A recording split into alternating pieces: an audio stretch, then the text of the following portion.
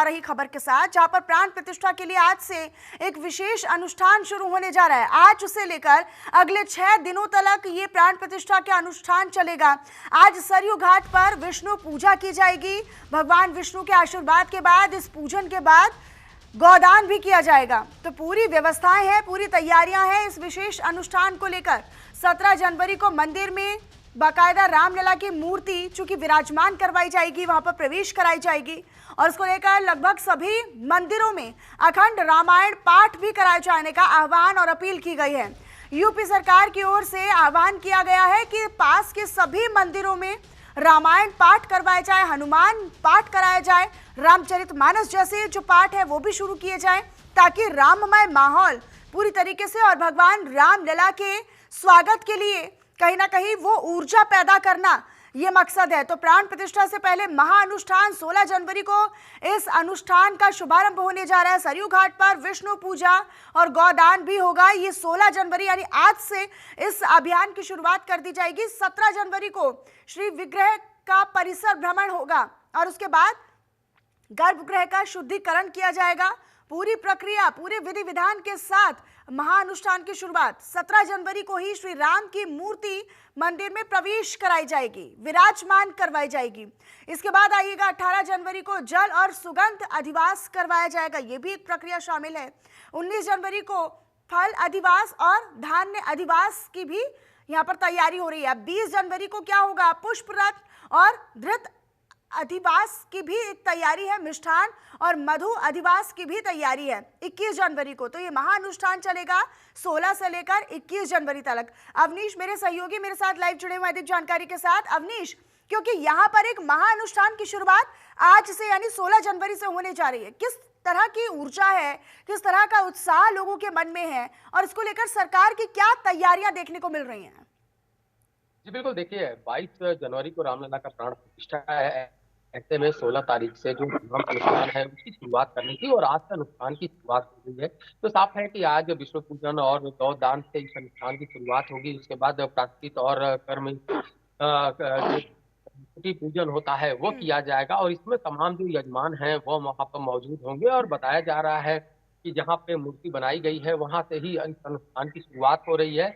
और आज करीब दिन भर ये अनुष्ठान चलेगा और माना जा रहा है कि करीब 6 से 7 घंटे का अनुष्ठान होगा। उसके बाद कल यानी 17 जनवरी को रामलला की जो मूर्ति है उसको परिसर में प्रवेश करवाया जाएगा। रामलला की जो मूर्ति है वह करीब बताया जा रहा है कि 150 किलो वजनी है। जो 5 वर्षीय बाल्य रूपी जो राम का रूप है वो दिया गया है। अरुण योगीराज की मूर्ति है, इसको तय किया गया है। संपत राय ने अपने प्रेस कॉन्फ्रेंस में भी ये बता चुके हैं और तमाम हर दिन अलग अलग अनुष्ठान किया जाएगा और 21 तारीख तक यह अनुष्ठान चलेगा। उसके बाद 22 तारीख को रामलला की प्राण प्रतिष्ठा है और करीब 12:20 का ये शुभ मुहूर्त निकाला गया है जब प्रधानमंत्री नरेंद्र मोदी प्राण प्रतिष्ठा करवाएंगे और वहां पर संघ प्रमुख मोहन भागवत मौजूद होंगे, उत्तर प्रदेश के मुख्यमंत्री योगी आदित्यनाथ मौजूद होंगे और उनकी मौजूदगी में यह प्राण प्रतिष्ठा का आयोजन होना चाहिए। एक तरीके से कहा जाए कि जब अनुष्ठान की बात हो गई यानी पूरे देश में राममय माहौल हो चुका है।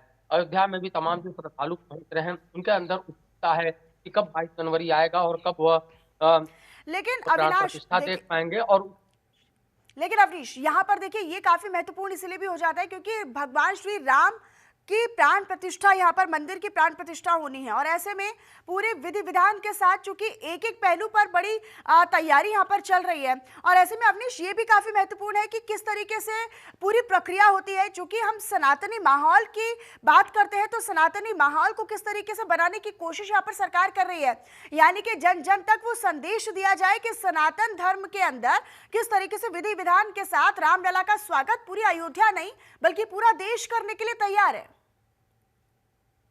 जी बिल्कुल, साफ है कि अगर बात किया जाए सनातनी धर्म की तो तमाम जो वहाँ यजमान है, तमाम जो विद्वान है वो पहुंचे हुए हैं। वो पूरी पूजा जो प्रक्रिया होती है, अनुष्ठान प्रक्रिया होती है उसमें वो शामिल है और जो चरण है उसका वो पालन करवाते हैं। क्योंकि इससे पहले भी तमाम आचार्यों ने ये कहा है कि जो प्राण प्रतिष्ठा में शामिल होते हैं लोग वो काफी कठिन अनुष्ठान करते हैं। ऐसे में 16 तारीख से जब अनुष्ठान की शुरुआत होगी तमाम लोग वहां मौजूद होंगे, एक अलग सा माहौल बनेगा और शुभ मुहूर्त देखकर इस अनुष्ठान को रखा गया है। जब रामलला की प्रतिमा का प्रवेश मंदिर में किया जाएगा तब उसका अलग महत्व होता है। जब के लिए हवन होता है उसका अलग होता है, तमाम जो अनुष्ठान है उसके अलग-अलग महत्व हैं। साफ है कि अलग-अलग महत्व को बिल्कुल। लेकर ही अलग-अलग दिन और अलग-अलग शुभ मुहूर्त रखा गया है और श्री राम जन्मभूमि तीर्थ क्षेत्र के जितने भी पदाधिकारी हैं वो मौजूद रहेंगे। उन्होंने पूरी तैयारी कर ली है और इंतज़ार है कि कैसे ये अनुष्ठान 21 और तारीख जो तक चलेगा। सनातन को उसके बाद समझना बेहतर चाहते हैं तरीके से 22 उनके लिए ये तारीख बहुत ज्यादा जरूरी है कि किस तरीके से विराजमान भगवान श्री राम की मूर्ति हो रही है उसको बेहद ही विशेष तरीके से उसमें अपनी सहभागिता दे, उसमें अपना योगदान दे। बहुत शुक्रिया अवनीश आपका इस तमाम जानकारी को हमारे दर्शकों तक साझा करने के लिए। अपनी नजर आप इस पूरे कार्यक्रम को लेकर बनाकर रखिएगा अपनी।